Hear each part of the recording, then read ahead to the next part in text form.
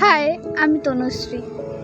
আজকে আমি কিছু বইয়ের কালেকশন দেখাবো।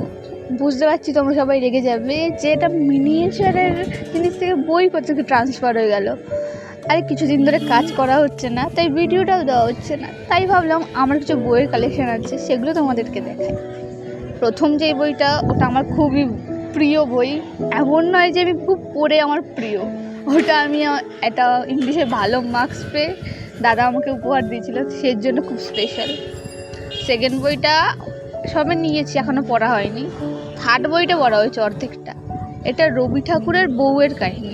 অনেকে বৌদিরটা পড়েছে, আমিও পড়েছি কাদম্বরী, কিন্তু বউয়েরটা অনেকে পড়েনি। ওটা আমি পড়েছি, মোটামুটি অনেক কিছু জানতে পারবে এটা পড়লে। তারপরটা হচ্ছে ধ্যান, শান্তি, আনন্দ।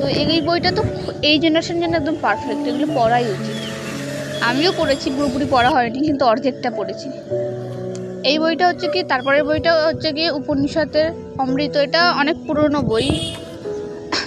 আমি কিছুদিন আগে খুঁজে পেয়েছি বইটা, যে আমার কাছে আছে। এটা এখনো পড়া শুরু করিনি, এটা ভেবেছি পড়া শুরু করব।